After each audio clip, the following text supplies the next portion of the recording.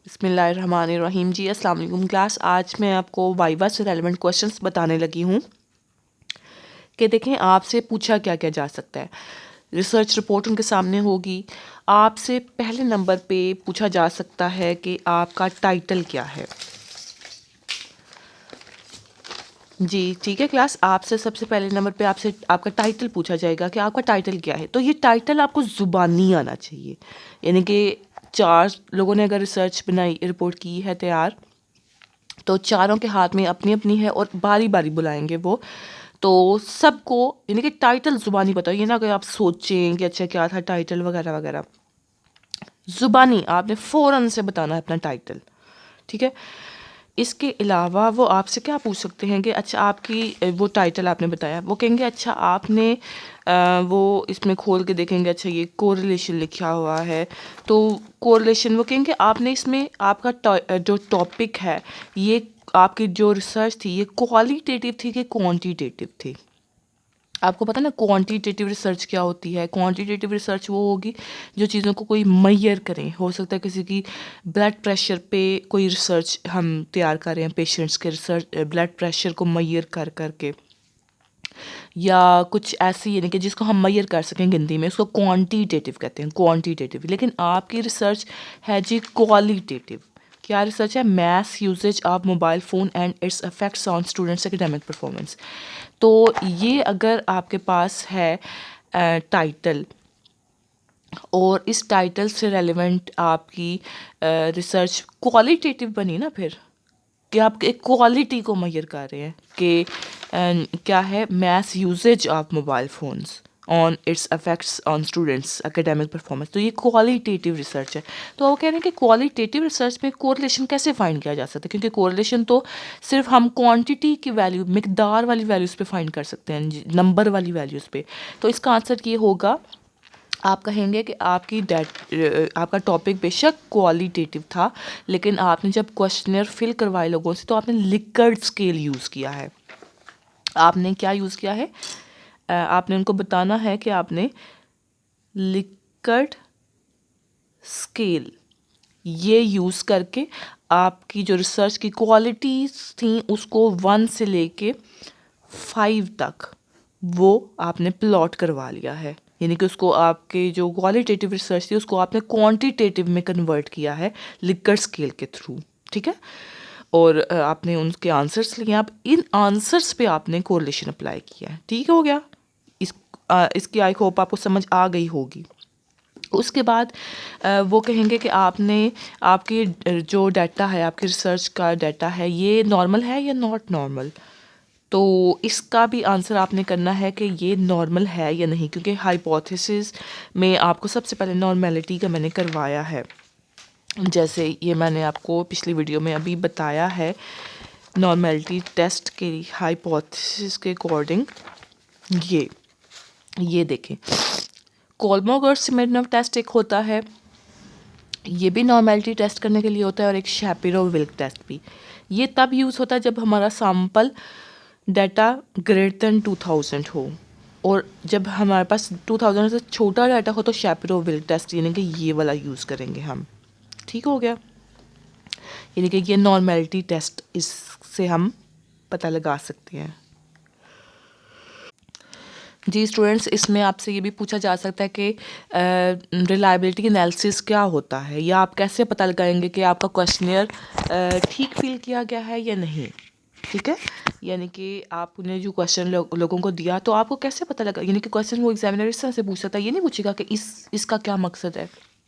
वो पूछ सकता है, यानी कि क्वेश्चन को चेंज करके पूछ सकता है कि कैसे पता लगेगा कि लोगों ने जो क्वेश्चनर फिल करके आपको दिए तो वो ठीक फिल किए या नहीं। तो फ़ौरन से आपने बताना कि हमने टेस्ट ऑफ रिलायबिलिटी किया है, यानी कि इसको इंटरनल कंसिस्टेंसी भी कहते हैं। हमने ये टेस्ट किया है और इसकी वैल्यू अगर 0.763 यानी कि 0.7 से बड़ी आ जाए तो इसको हम कहते हैं कि हमारा डाटा रिलायबल है, ठीक है। क्रॉनबैक अल्फा से हमने यूज़ किया, यानी कि क्वेश्चन को वो डिफरेंट स्टाइल से पूछ सकता है। ऐसा ना हो कि आप कंफ्यूज हो जाएं कि ये तो कुछ और पूछ रहे हैं, नहीं, वो यही पूछ रहे हैं कि क्वेश्चनर फिल करके लोगों ने आपको वापस किए तो उसका क्या आपको कैसे पता लगा कि लोगों ने ठीक फिल किया है या गलत, ठीक है। वो यही है, टेस्ट ऑफ रिलायबिलिटी है। इसके अलावा वो पूछ सकते हैं कि आप अच्छा पायलट टेस्टिंग क्या होती है, वो ये क्या पूछ सकते हैं पायलट टेस्टिंग क्या होती है। तो पायलट टेस्टिंग वो होती है जो आपके क्वेश्चनियर और बजट को चेक करने के लिए, टेस्ट करने के लिए रिसर्च, असल रिसर्च से पहले कंडक्ट की जाए। इसको एक मॉक टेस्ट भी कह सकते हैं कि एक फेक टेस्ट या फेक रिसर्च कहा जा सकता है पायलट टेस्टिंग, जिसमें हम अपनी जैसे अगर 100 का सैंपल है, 100 के सैंपल के बजाय हम 5 लोगों में क्वेश्चनर डिस्ट्रीब्यूट करें या 10 लोगों में, और वो हो सकता है उनकी टीम के ही मेंबर्स हों, उनमें डिस्ट्रीब्यूट करें, उनसे फिल करवाएं, और फिर उसमें हम गलतियां देख सकते हैं, अपने क्वेश्चनर की गलतियां देख सकते हैं, और ये भी आइडिया लगा सकते हैं कि ये इस रिसर्च को होना चाहिए या किसी और पैमाने पे होना चाहिए, कि इसमें ऐसा ना हो कि हमारे पैसे का बहुत ज़्यादा नुकसान है वगैरह वगैरह। तो वो हमारे पास पायलट टेस्टिंग, पायलट स्टडी इसको हम कहते हैं, और इसके अकॉर्डिंग फिर हम अपने क्वेश्चनर को चेंज भी कर सकते हैं, या अपने जो रिसर्च प्लान है उसको भी चेंज कर सकते हैं, क्योंकि ये about questionnaire and about budget हमें बताएगा पहले से, असल स्टडी से पहले पायलट स्टडी होती है। ठीक है, ये हो गया। इसके अलावा को एग्जामिनर आपसे पूछ सकता है कि जी, वो आपसे पूछ सकता है कि आपकी पॉपुलेशन क्या थी। ये तो आपको ज़ुबानी पता होना चाहिए कि आपने क्या पॉपुलेशन आपकी थी। वो आपसे पूछ सकता है कि आपने कौन सी सैम्पलिंग टेक्नीक अप्लाई किया आपकी रिसर्च में। वो ऐसे पूछेगा कि आपके रिसर्च में प्रोबेबिलिटी सैम्पलिंग टेक्नीक है या नॉन प्रोबेबिलिटी सैम्पलिंग टेक्नीक है। तो आपको ज़ुबानी पता होना चाहिए कि आप जैसे यहाँ पे कन्वीनियंस सैम्पलिंग यूज़ की गई, तो ये नॉन प्रोबेबिलिटी सैम्पलिंग है। तो आपको फ़ौरन से आंसर करना होगा कि आपकी प्रोबेबिलिटी सैम्पलिंग टेक्निक है या नॉन प्रोबेबिलिटी। वैसे बेटर पता आपको पता प्रोबेबिलिटी सैम्पलिंग टेक्निक बेटर होती है, लेकिन है जो आपने यूज़ किया आपने वही बतानी, कन्वीनियंस सैम्पलिंग, क्योंकि आप एज अ फीमेल रिसर्चर नहीं कर सकते थे वो, तो आपने सारा एक्सप्लेन करना है।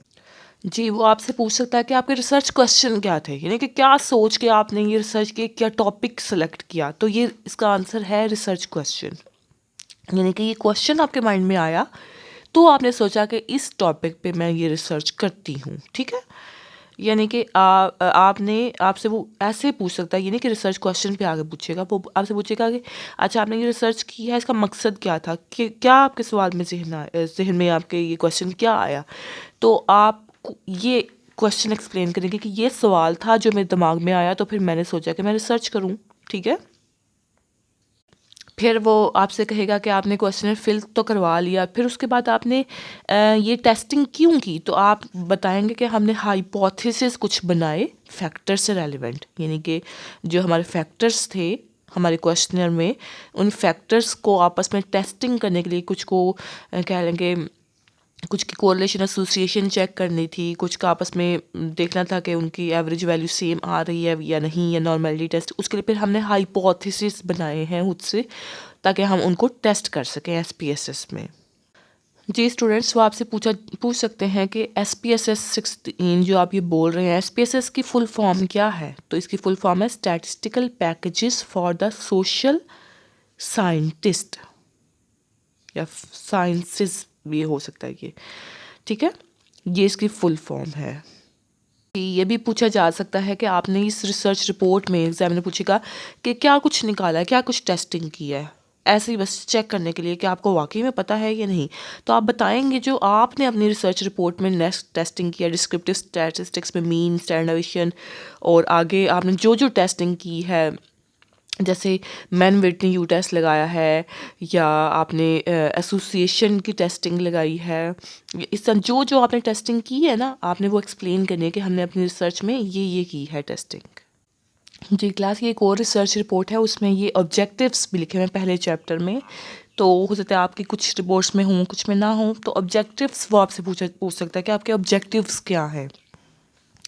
तो एक तो मेन ऑब्जेक्टिव वो होगा जो टाइटल से रेलिवेंट होगा, कि to see effect of maths usage of cell phone on students academic performance. ठीक है, कुछ सब ऑब्जेक्टिव्स होंगे, to see the effect of usage of maths usage of phone on health, mass usage of phone on students' behavior, on affecting writing skills of students, impact on management, यानी कि छोटे छोटे वो जो ऑब्जेक्टिव्स हैं जो आप इस रिसर्च से कंडक्ट करना चाह रहे हैं।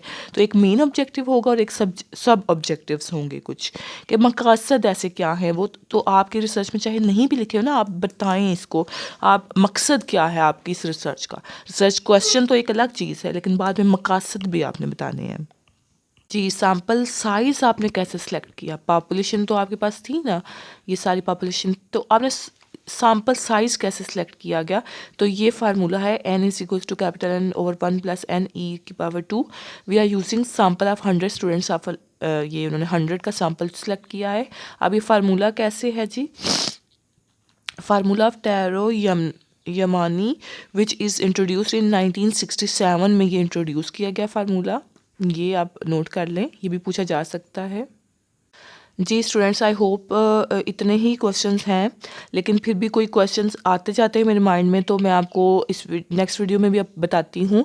खैर, पिछली वीडियो में मैंने आपको इसको एक्सप्लेन किया है, रिसर्च रिपोर्ट को, उसमें भी वाइवा से रेलिवेंट क्वेश्चंस डिस्कस हुए हैं, इसमें भी कुछ क्वेश्चन डिस्कस हुए हैं। अब नेक्स्ट वीडियो में मैं आपको एक तो वो बताऊंगी कमांड्स क्या हैं, और कुछ हो क्वेश्चन मजीद, यानी कि तीनों वीडियोस आपने देखनी है हर स्टूडेंट ने, तो आपको काफ़ी हद तक आइडिया हो जाएगा चीज़ों का।